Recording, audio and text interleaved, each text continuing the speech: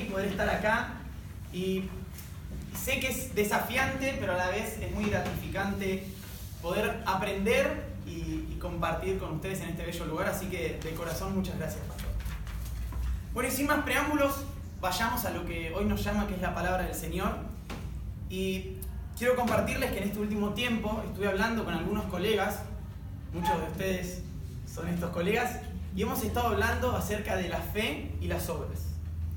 Y hoy quería compartirles, Dios puso en mi corazón esto, estas posturas y la conclusión a la que he llegado. El sermón que voy a predicarles hoy le puse por título Una respuesta de amor. Y el texto que vamos a estar basándonos es 1 de Juan 2, versículos 3 y 4. Y dice lo siguiente: ¿Cómo sabemos si hemos llegado a conocer a Dios? Si obedecemos sus mandamientos. El que afirma lo conozco, pero no obedece sus mandamientos, es un mentiroso y no tiene la verdad. Así que pasemos entonces a ver 3 posturas sobre cómo agradar a Dios. En primer lugar, existen quienes dicen que para agradar a Dios debemos cumplir, ¿sí?, con la ley. Vamos a Éxodo 20 y vemos los 10 mandamientos. Vemos cómo cumplir con la ley era suficiente para saber que uno era considerado justo. Eran 10 pasos con los que uno podía saber que estaba agradando a Dios. Todo se basaba simplemente en el hacer. Pero vayamos ahora al Nuevo Testamento. Algunos siempre piden el Nuevo Testamento, así que vamos al Nuevo Testamento. Mateo 19, 16 al 22, está la historia del joven rico. El versículo que a mí me llama la atención es el 17. ¿Por qué? Porque es donde Jesús le responde al joven: si quieres entrar en la vida, y entiéndase por vida la vida eterna, obedece los mandamientos. Y ahí es una llamada de atención, porque si nos basamos en estos versículos, Jesús está volviendo a lo que decía la ley, a que uno tenía que cumplir con ciertos mandamientos. Pero en realidad, si seguimos, Jesús después le enumera estos mandamientos y vemos en el versículo 20 al joven, orgulloso de decir: sí, yo cumplí con estos mandamientos, preguntar: ¿y qué más debo hacer? Y ahí es donde, señoras y señores, llegamos al problema, porque nos damos cuenta que con el hacer solo no basta, no alcanza. Por mucho tiempo como iglesia hemos pensado que aquellos que más hacen son los más santos. Y terminamos perdiendo la calidad por sobre la cantidad. Tenemos pastores o hermanos que se terminan apartando o terminan siendo cristianos estériles.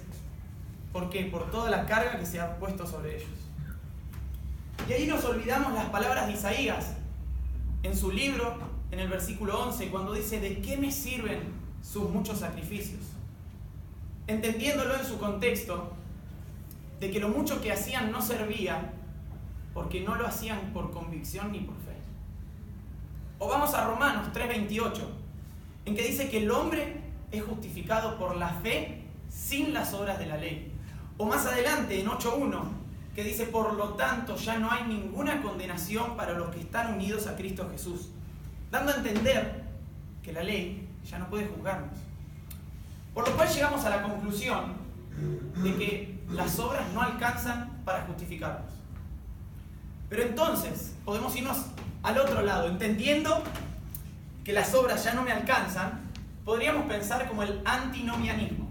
Anti significa contra y nomos significa ley, por lo cual estos afirman 2 cosas. Primero, una que no estamos en desacuerdo, que es que Jesús dio un cumplimiento total a la ley.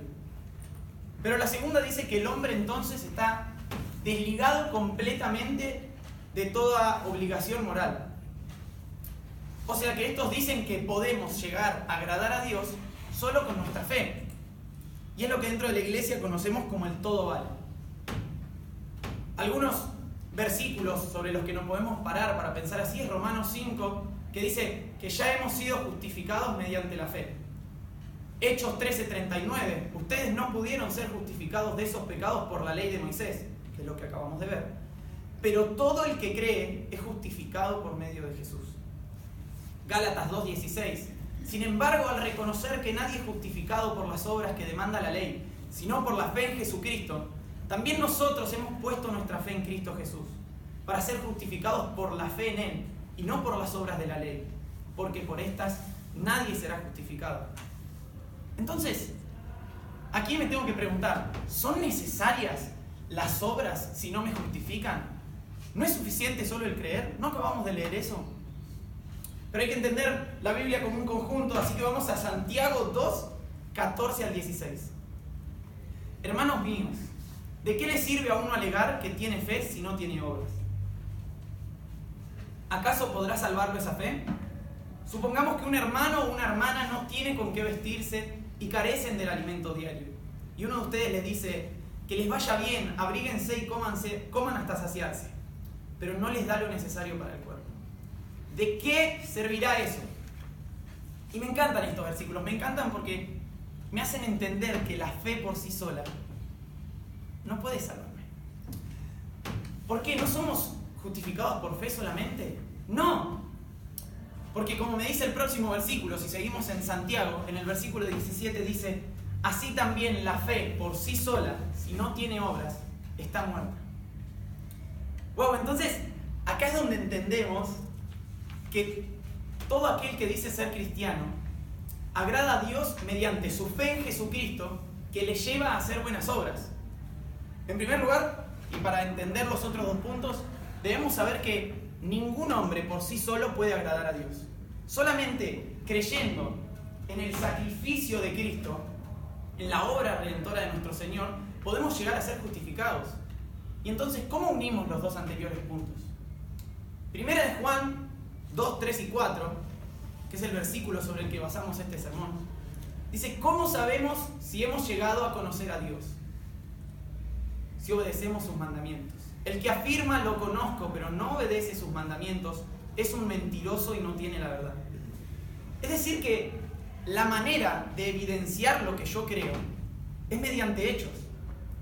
Lo que yo hago evidencia mis creencias. Muchos de acá saben que estoy estudiando coaching y una de las cosas que me enseñaron es a entender, a no enfocarme en los actos de las personas, sino en lo que los lleva a cometer esos actos.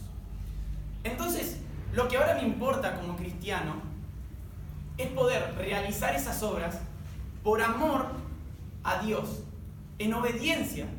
¿Se entiende? Estuvimos leyendo en Ética el libro de Francisco La Cueva, y él dice: para el creyente ya no hay obligación, sino devoción. Porque Dios ya no me exige que yo cumpla ciertas leyes. Dios ya no me exige que yo sea de tal o cual manera, sino que al conocer a la luz que es Cristo, me lleva a actuar por amor en respuesta a lo que Él hizo por mí. Porque si verdaderamente yo amo a Jesús, si yo creo en Él como mi Señor y mi Salvador, debo vivir como Él vivió y obedecerlo. Y esto me hace acordar a la historia de una familia que sufrió el incendio de su casa. Todos pudieron escapar menos el menor de la familia, que quedó en el segundo piso.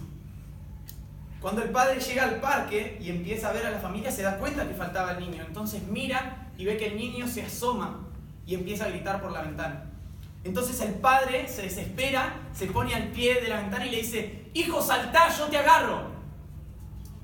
Pero entendamos esto: un nene de 8 años a 3 metros de altura. No es tan fácil decir sí y saltamos, ¿no? Sino que es una decisión difícil. Pero el nene ahí primero recordó cuando jugaba con su padre y su padre lo podía levantar y atrapar. Recordó también esas historias que le contaba su hermano acerca de su super papá. Y entonces él confió, se asomó y saltó. Para terminar la historia, sí, terminaron todos felices, comieron perdices y eso, pero lo que a mí me importa es: ¿qué fue lo que salvó al niño? ¿Acaso salvó al niño que el papá sea poderoso? ¿Salvó al niño haberse acordado del poder del padre? ¿O lo salvó haber saltado?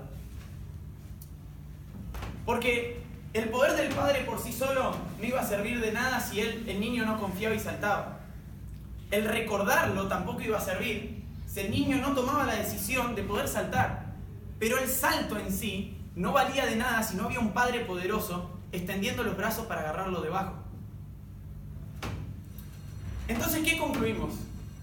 Que no me basta como cristiano que Dios sea poderoso o que yo sepa que Dios es poderoso.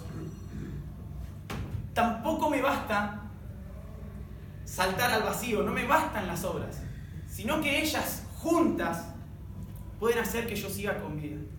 Y ya quiero ir cerrando, pero quiero recordarte que los brazos de este papá poderoso que nosotros tenemos están abiertos. Y es nuestra decisión si vamos a confiar y saltar, entendiendo que ni la confianza, que es la fe, ni el saltar, que son las obras, pueden salvarme por sí solas, sino que juntas, siendo las acciones, o sea, el salto, una respuesta a mi fe en Cristo, es lo que me va a llevar a la vida eterna. Por eso, hoy quiero animarte, ahí donde estás, a que creas en lo que Dios puede hacer con vos, pero también que te movilices para alcanzarlo.